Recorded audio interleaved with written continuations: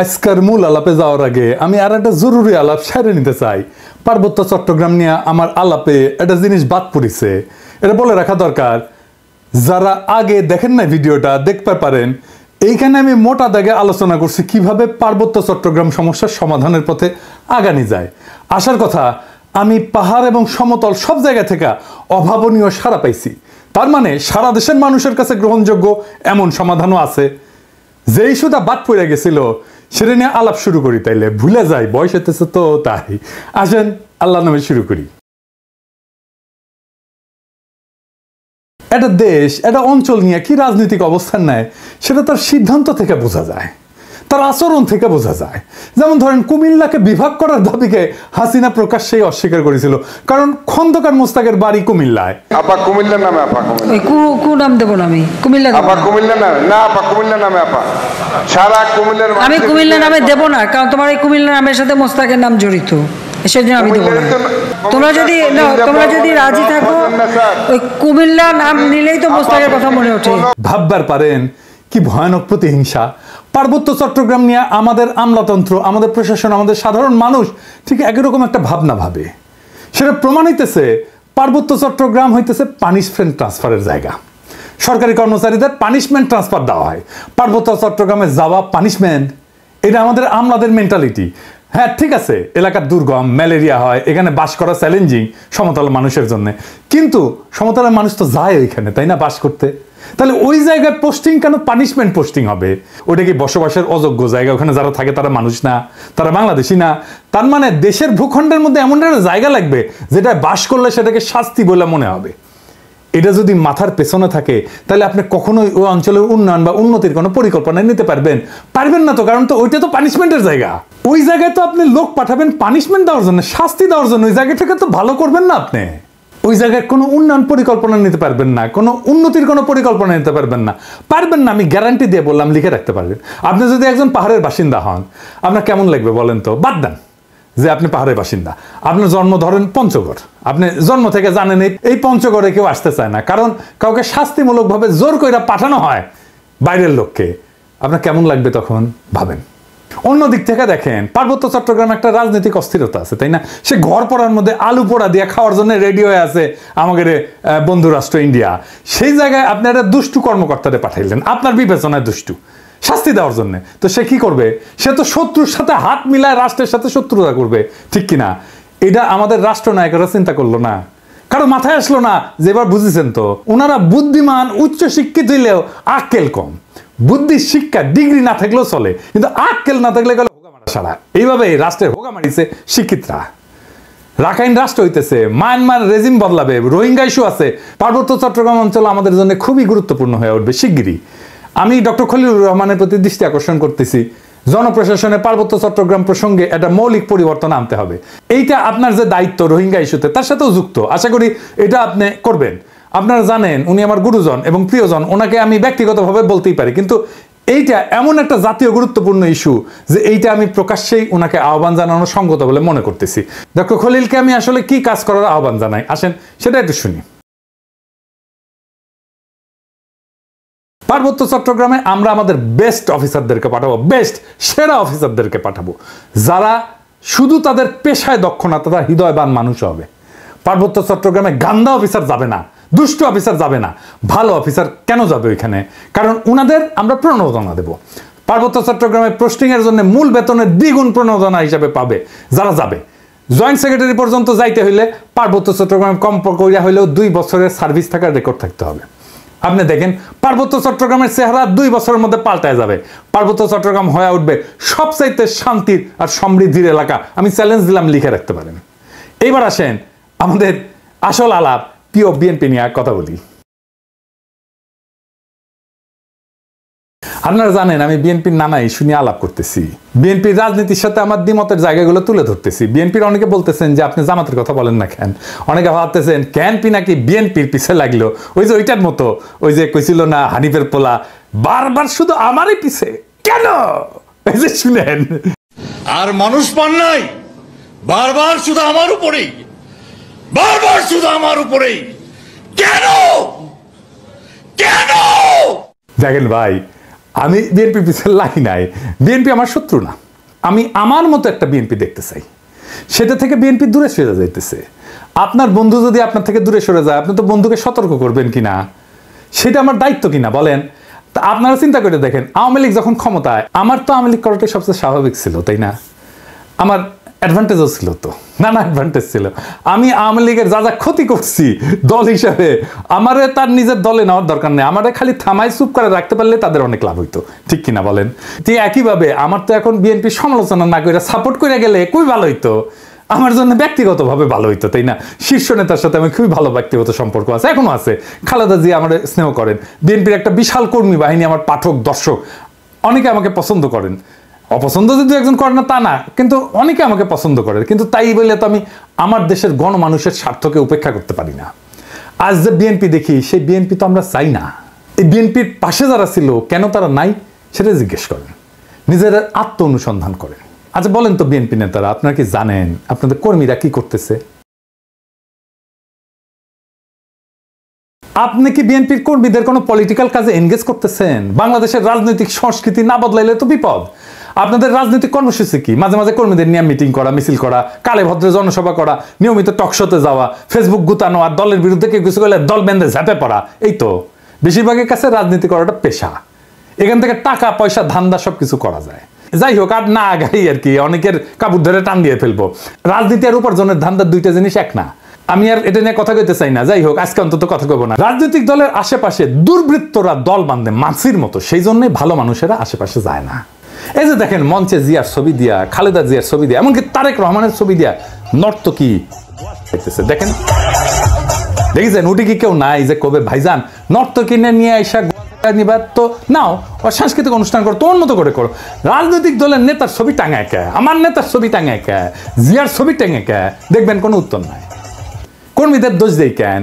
খোদ তারেক রহমানের সভায় বিএনপির শীর্ষ নেতাদের উপস্থিতিতে ওখানে তো নর্তকী আনতে পারে না, কিন্তু ওই নর্তকীর মতো একজন আনছে রোবায়েত ফেরদৌস, জিয়া বন্দনা করিচ্ছে। দেখেন 1975 সালের বাকশালে 4টি পত্রিকা রেখে সমস্ত পত্রিকাকে বন্ধ করা হয়েছিল, গণমাধ্যমের কণ্ঠরোধ করা হয়েছিল। চুল অবাক হবেন, সেই সময়কার সাংবাদিকতা ইতিহাস পড়ে আমি দেখেছি সাংবাদিকরা মুদি দোকান দিচ্ছে, তারা হচ্ছে ভ্যানে দোকান দিয়ে তাদের জীবন জীবিকা। হাজার হাজার সাংবাদিক বেকার হয়ে গেছে। এই যে সাংবাদিকতা পেশার যে ডিগনিটি, তাদের যে মত প্রকাশ ভাব প্রকাশের স্বাধীনতা, এটা ফেরত নিয়ে আসছেন কে? একজন সামরিক শাসনের লোক হয়ে, সামরিক ব্যারাক থেকে এসে শহীদ প্রেসিডেন্ট জিয়াউর রহমান কিন্তু এই যে বহুদলীয় গণতন্ত্রের কথা আমরা বলি, বহু সংবাদপত্রের কথা বলি, বহু মতের কথা বলি, সেটা কিন্তু তিনি আমাদের জন্য নিশ্চিত করেছেন। বিএনপি পর্যন্ত শেষ, বিএনপি বিরোধী থাকার পরে যে নির্বাচন যেটা হয়েছে, সেই নির্বাচনটুকু যা হয়েছে ফাইন। এখানে খুব বেশি কারচুপি জালের কোনো সুযোগ ছিল না। এগুলো আমার কাছে খুব গুরুত্বপূর্ণ। আমি যতটুকু দেখেছি ভোট যা হয়েছে মোটামুটি ভালোই হয়েছে। ওই আওয়ামী লীগের সঙ্গে স্বতন্ত্র প্রার্থীদের প্রতিদ্বন্দ্বীদের ভোট যা হয়েছে সেটা মোটামুটি ভালো ভোটই হয়েছে। আমি 2-1টা আসন আমার নিজের এলাকায় দেখেছি ঘাম বেরিয়ে গেছে। আওয়ামী লীগের যে প্রার্থী তার বেরিয়ে যেতে প্রচন্ড ঘাম বেরিয়ে গেছে। এই রোবায়েত ফেরদৌসের জিয়া বন্দনা, এটা তো ওই নর্তকীর গোয়া নাচানোর চাইতে অশ্লীল। রোবায়েত ফেরদৌস বিএনপি ক্ষমতায় আসলে সার্ভিস দেবে বিএনপির, তাতে কোনো সন্দেহ নাই। হ্যাঁ, কিন্তু বিএনপির কেন এরকম একজন লুম্পেন ইন্টেলেকচুয়ালকে মঞ্চে জায়গা দিতে হয়? এইখানেই সংকটটা, বুঝছাও? আবার দেখেন, এই যে মোয়াজ্জেম হোসেন আলাল, অত্যন্ত শ্রদ্ধাভাজন রাজনৈতিক ব্যক্তিত্ব, আমি অত্যন্ত পছন্দ করি ওনাকে। উনি কইতেছেন জয় বাংলা আওয়ামী লীগের স্লোগান না, মুক্তিযোদ্ধাদের স্লোগান। তার মানে বিএনপি জয় বাংলা স্লোগান দিবে মুক্তিযুদ্ধের নামে। তাছাড়া জয় বাংলা স্লোগানকে ডিফেন্ড করতে আসে কেন আলাল ভাই? বলেন তো, উনি তো ছোটখাটো নেতা না।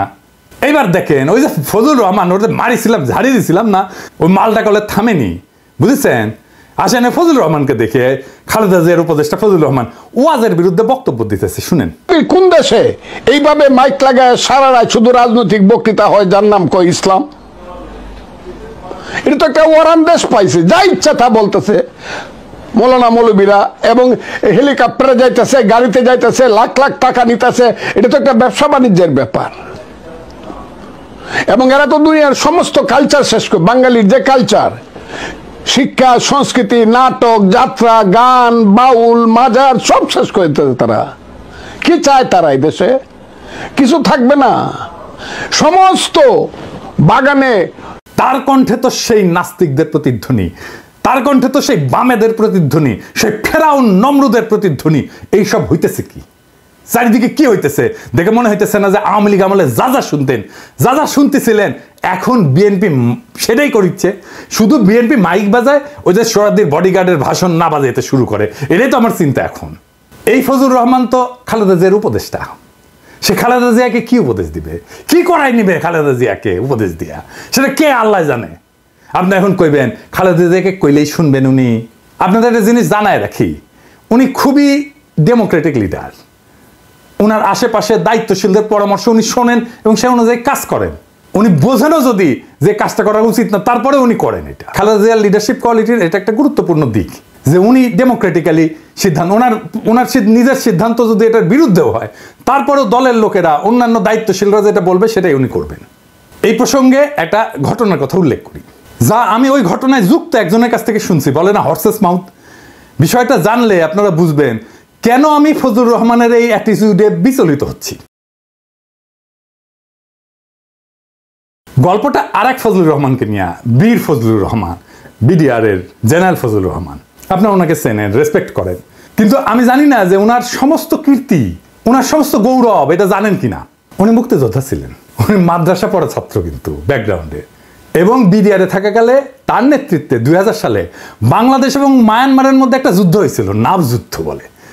বাংলাদেশের একজন সেনারও মৃত্যু হয়নি, কিন্তু মায়ানমারের 650-র উপরে সৈন্য নিহত হয়েছিল। মায়ানমার পরাজয় মেনে নিয়ে শান্তি চুক্তি করছিল। 2001 সালে ভারত একটা জায়গা জোরপূর্বক দখল করে নিয়েছিল, সিলেটের পাদুয়ায়। এটা উদ্ধার করে 72 সালে এটা দখল করছিল। 72 থেকে 2001 সাল পর্যন্ত বিএসএফ এর দখলে ছিল ওই অঞ্চলটা, বাংলাদেশের ভূখণ্ড। আবার 2001 সালে 18 এপ্রিল ভারতের কুড়িগ্রাম জেলার রৌমারী উপজেলায় বড়বাড়ি বিডিআর ক্যাম্প দখলের জন্য বাংলাদেশের অভ্যন্তরে বিএসএফ আগ্রাসন চালায়। উনার নেতৃত্বে বিডিআর বাহিনী অনুপ্রবেশকারী বিএসএফ এর দলকে পরাজিত করে এবং অনেক বিএসএফ এর জওয়ান মারা যায়। এবং বিএসএফ ওই ঘটনার জন্য এই জেনারেল ফজলুর রহমানকে বিশেষভাবে দায়ী করে।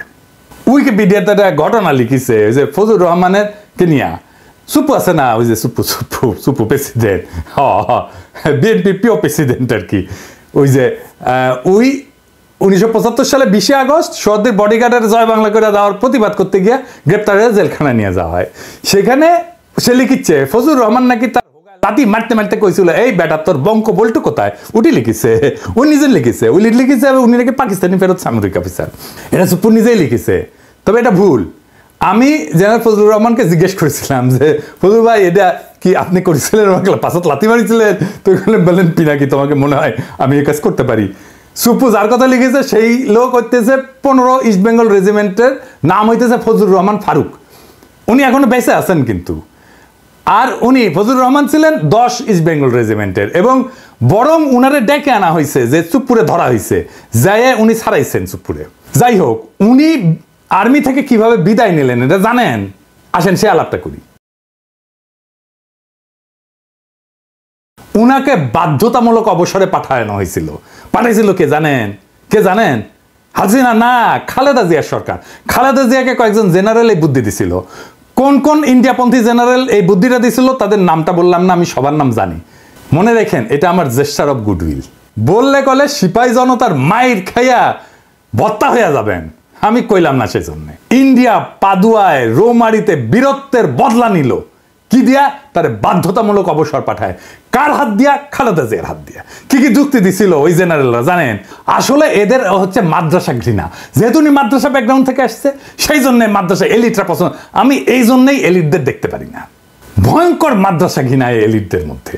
ও কইছিল যে উনি নাকি মডার্ন ওয়ারফেয়ারের কিছুই জানেন না, উনি মাদ্রাসা ব্যাকগ্রাউন্ডে।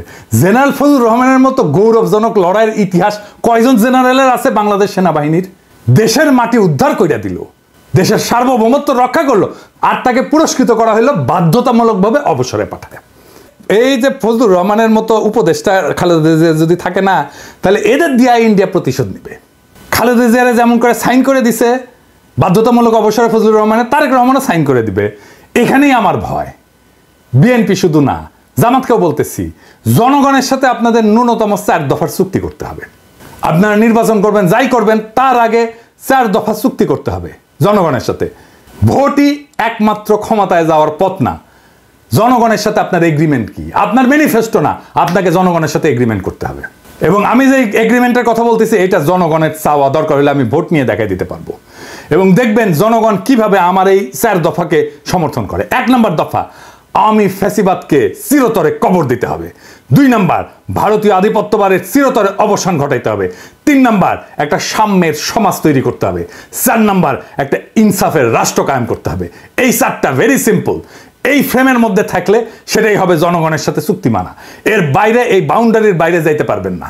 কথা ক্লিয়ার? আমাদের ঠেকানোর চেষ্টা করতে পারেন, আমরা সর্বশক্তি দিয়ে আমরা বাধা দেওয়ার চেষ্টা করব। ফাইনালি আমার ক্ষুদ্র ভ্রাতাদের জন্য ওরা গতকাল রাশন ট্রাক দেখে হেভি খুশি হয়েছে, হ্যাঁ, যে আমরা রাশন ট্রাকে কিনবো। এটা গেলে সিদ্ধান্ত হয়ে গেছে। তো এটা হইতেছে রাশন ট্রাকের পেজ। এটা সাহেব দেখা দেন, নানা মডেলের ট্রাক আছে এটি। হ্যাঁ, দেখিস কত সুন্দর সুন্দর রাশন ট্রাকের মডেল, দেখিস? হ্যাঁ হ্যাঁ, দেখে দেখে আমার ক্ষুদ্র ভ্রাতাদের চোখ চকচক করিচ্ছে। মনে হচ্ছে এখনই ঝ্যাপে পরে ট্রাক চালাবি। হেভি ড্রাইভিং এর লাইসেন্স আছে বেটা? হ্যাঁ, আগে লাইসেন্স হোক তারপরে ট্রাক চালানি। আচ্ছা, এইটা সাহেব ট্রাকের ভিডিও দেখেন না এটা? হ্যাঁ, দেখেছেন হাউস করিছে আমার ক্ষুদ্র ভ্রাতারা। ওই দেখবেন এরপরে ওই পেজে লাইক টাইক দিয়ে ভাইসে দিবি আর কি। দেখেন আরো দেখবেন, দেখেন এগুলা করবেন কি? প্রিন্ট করবেন, প্রিন্ট করে হাঙ্গারে বিএনপির ভাই করে দেখা করবেন যে টেম্পু স্ট্যান্ড নিয়ে ঝগড়া করে লাভ কি? পিনাকি দাদা তো টাকা স্ট্যান্ড বানাচ্ছে, ইটি আসো ইটি আসো। আমার ক্ষুদ্র ভ্রাতারা কবে দাদা হইলে কি বুড়া বয়সে মাথা মুথা খারাপ হয়ে গেল কে? এই এত উত্তেজিত কে? ওই যে বিএনপির মঞ্চে হোগা নাচানো আর এই রাশন ট্রাক দুইটাই বেচছে আসলে সেক্স, কিন্তু দুইটার গুণগত তফাৎ আছে। রাজনীতিও ইনকা হোগা নাচানোর সাথে টেম্পু স্ট্যান্ডই আসবে, ওটাই কালচার। ট্রাক চালাবার পারবে না। আগামীর রাজনীতি হচ্ছে রাশন ট্রাক চালানোর রাজনীতি। ওই রাজনীতি কেমনে নির্মাণ করতে হয় সেটাও দেখাই দেব। আর বাংলাদেশকে আমরা ওই দিকে নিয়ে যাব ইনশাল্লাহ। ইনকিলাব জিন্দাবাদ।